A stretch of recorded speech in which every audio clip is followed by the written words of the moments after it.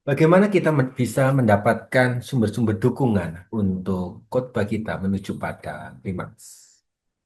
Itulah topik kita kali ini di dalam preaching presentasi bersama dengan saya, Pendeta Audi Octavian Senas.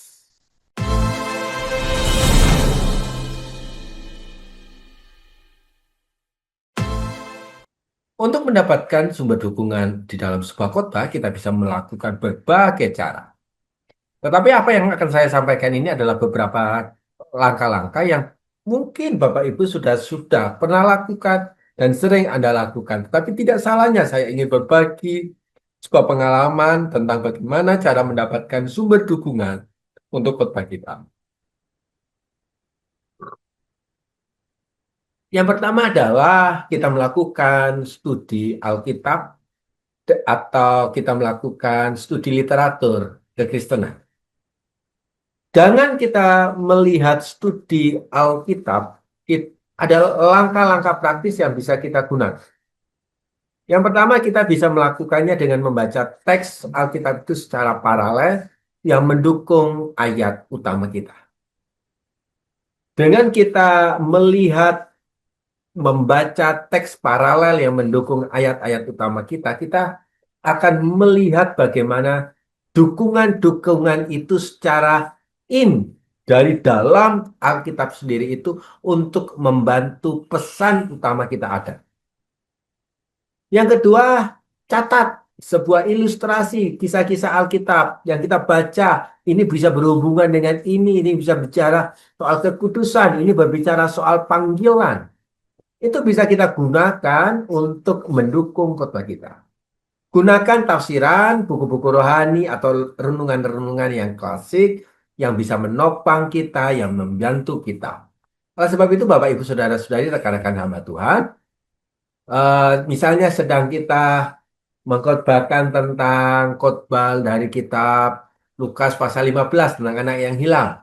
Kita bisa memparalelkan itu dengan Mazmur 103 ayat ke-13 atau kisah Allah di dalam kitab Yohanes 3 ayat ke-16.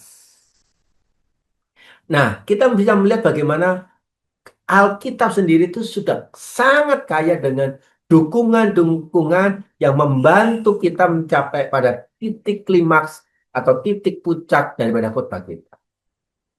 Oleh sebab itu, rekan-rekan hamba Tuhan, tantangan kita terbesar adalah kita harus menyediakan waktu kita menggali di dalam Alkitab itu sendiri supaya kekuatannya ada di dalam Alkitab.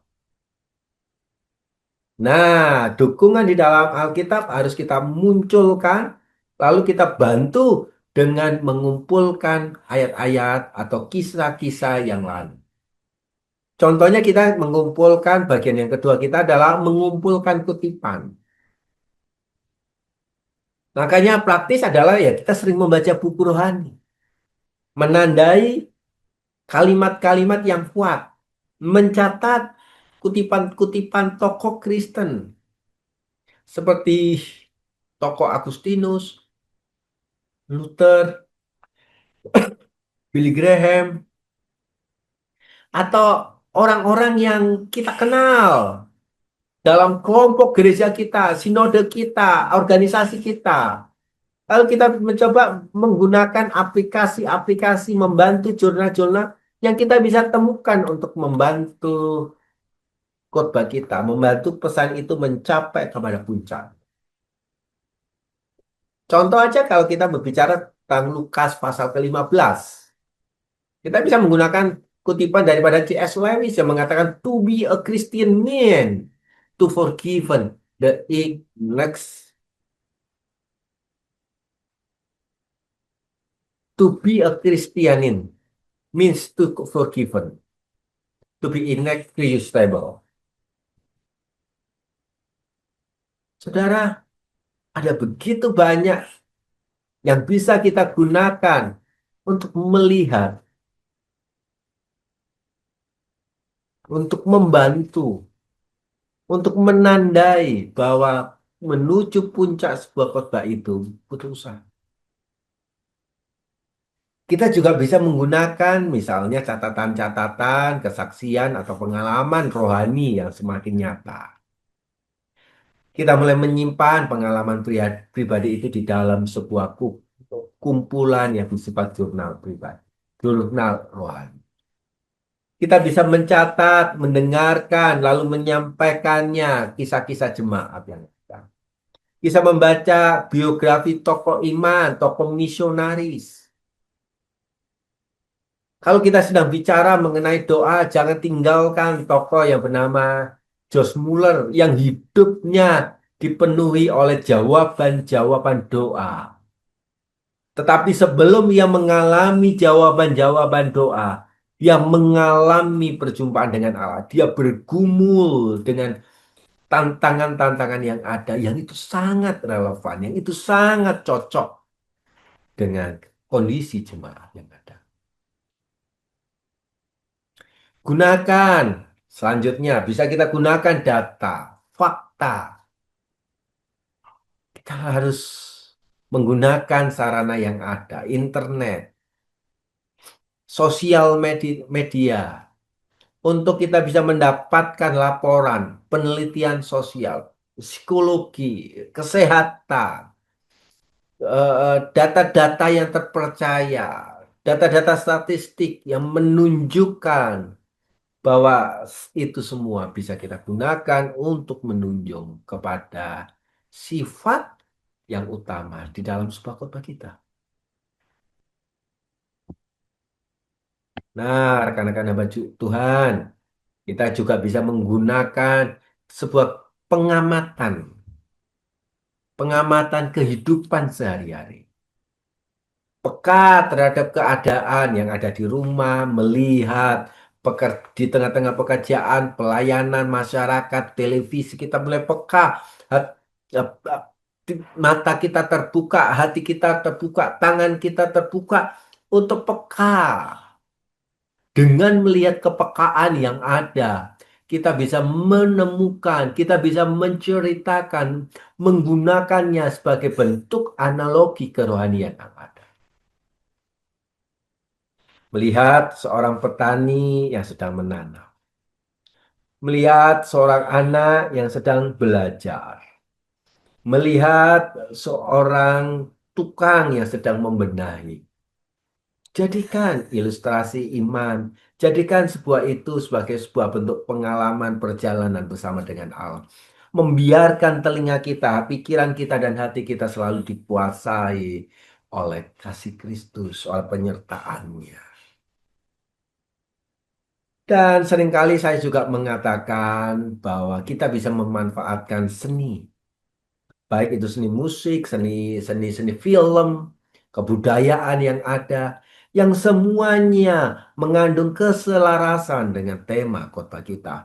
Walaupun itu bisa bersifat pertentangan, lalu kita mulai menjelaskannya, itu bisa. Mengutip film, puisi, novel populer, atau yang lagi keren, yang lagi ngetren hari ini apa. Lalu kita menggunakan simbol itu untuk melihat tentang kesetiaan Allah, penyertaan Allah, kondisi dunia yang seperti ini, kondisi pekerjaan, ekonomi yang semakin memburuk. Bisa kita lihat. Dengan melihat itu, memanfaatkan seni budaya yang ada, kita dengan cepat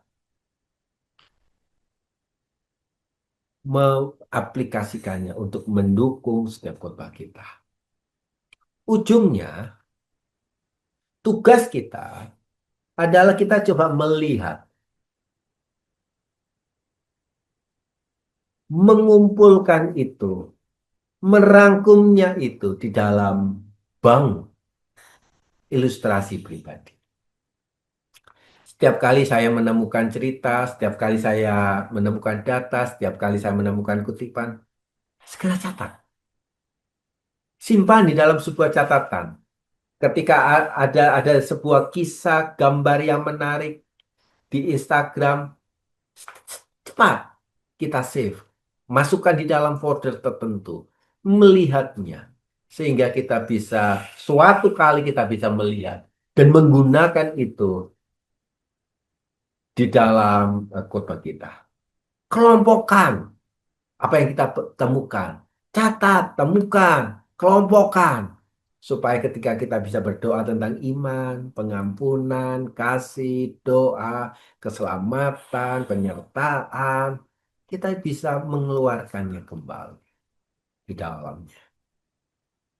Ringkasnya, untuk mendapatkan sumber dukungan, pengkhotbah perlu membaca dengan luas, mencatat dengan disiplin, mendengar dengan peka, mengamati dengan cermat.